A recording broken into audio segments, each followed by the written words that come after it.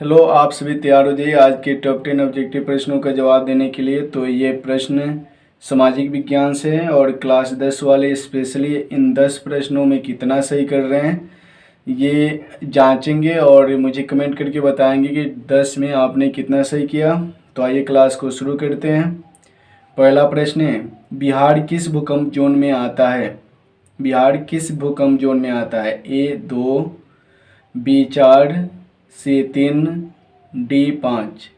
यानी कि आपको बताना है कि बिहार किस भूकंप जोन में आता है। आपके लिए ऑप्शन सामने है, तो जल्दी से आप लोग इसका आंसर चूज कर लीजिए।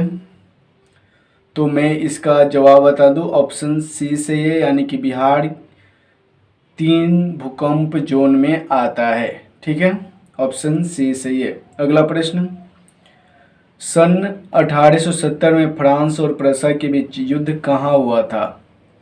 सन 1870 में फ्रांस और प्रसा के बीच युद्ध कहाँ हुआ था? A सेडोन, B सेडोपा, C साइडाइन, D Frankfurt.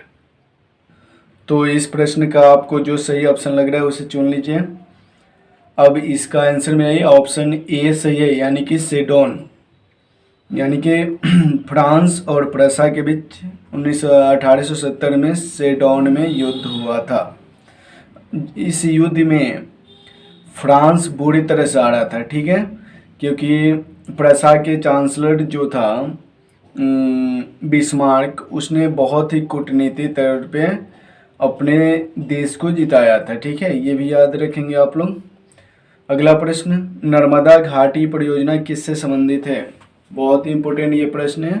Narmada घाटी परियोजना किससे संबंधित है?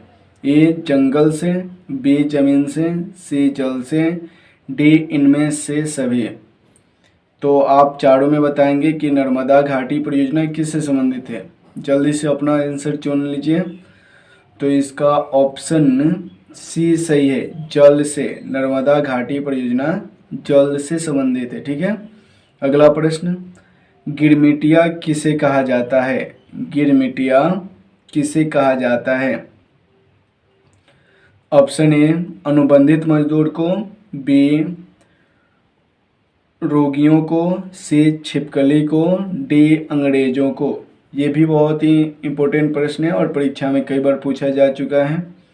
तो इसका ऑप्शन ए सही है, अनुबंधित मजदूर को।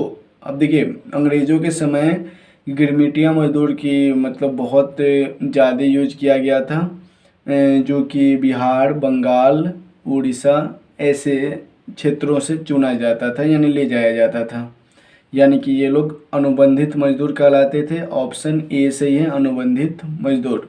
अगला प्रश्न, पक्की सड़कों की लंबाई की दृष्टि से प्रथम स्थान कौन सा राज्य है? यानी कि पक्की सड़कों की लंबाई के दृष्टि से प्रथम स्थान पर कौन राज्य है, आपको बताना है। Option A Bihar, option B Maharashtra, C Tamil Nadu, D Kerala.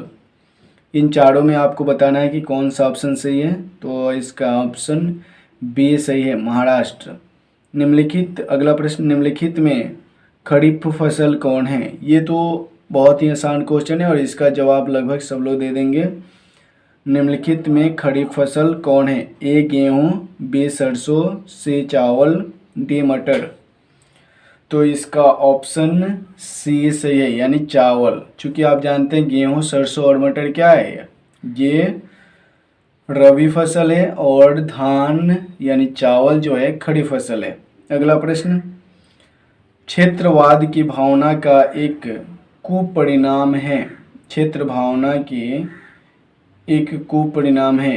ए अपने क्षेत्र से लगाव, बी राष्ट्रहित, सी राष्ट्रीय एकता, डी अलगाववाद। तो ये भी क्वेश्चन बहुत इंपॉर्टेंट है और मुझे लग रहा है कि इसका भी ऑप्शन आप लोग सही कर लेंगे। ऑप्शन डी सही है, यानी कि अलगाववाद। अगला प्रश्न, भारत में हुए 1977 के आम चुनाव में किस पार्टी को बहुमत मिला था? फिर से क्वेश्चन सुनिएगा, भारत में हुए 1977 के आम चुनाव में किस पार्टी को बहुमत मिला था? ऑप्शन ए कांग्रेस पार्टी को, ऑप्शन बी जनता पार्टी को, ऑप्शन सी कम्युनिस्ट पार्टी को, ऑप्शन डी किसी पार्टी को भी नहीं। तो ये भी ऑप्शन बहुत ही आसान है, तो इसका ऑप्शन बी सही है, जनता पार्टी को, भारतीय जनता पार्टी को। आपको याद होना चाहिए कि 1974 में जयप्रकाश नारायण ने लोक क्रांति किया, तो उस समय लोकनायक जयप्रकाश नारायण के आह्वान से भारत के विभिन्न हिस्सों से युवाओं ने ये बिहार के गांधी मैदान में आए थे और कांग्रेस यानी सरकार के खिलाफ एक आंदोलन हुआ था। उसके बाद ये जो आम चुनाव हुआ उसमें कांग्रेस बुरी तरह से हार चुकी थी और उस समय भारतीय जनता पार्टी का उदय हुआ। ठीक है, तो आपसे ये भी प्रश्न पूछे जा सकते हैं कि लोकनायक जयप्रकाश नारायण का संबंध किस राज्य से है, तो वो बिहार से संबंधित है। ठीक है, अगला प्रश्न, गैरीबाल्डी पेशे से क्या था? गैरीबाल्डी पेशे से क्या था? ए सिपाही, बी किसान, सी जमींदार, डी नाविक। तो इसका ऑप्शन जल्दी से आप चुन लीजिए क्योंकि ये बहुत ही फेमस क्वेश्चन हो चुका है, बार बार ये आता है। तो इसका ऑप्शन डी सही है, गैरीबाल्डी पेशे से नाविक था। अगला प्रश्न, मेजनी का संबंध किस संगठन से था? मेजनी का संबंध किस संगठन से था?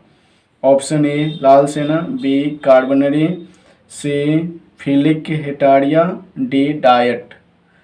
तो इसका ऑप्शन सही है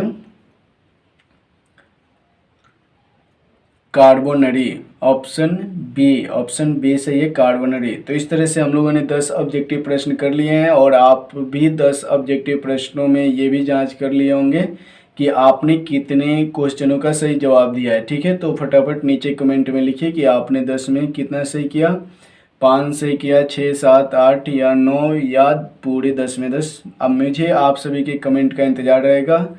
तो मैं फिर से मिलता हूँ अगली क्लास में। आज के लिए आप सभी को बहुत बहुत धन्यवाद।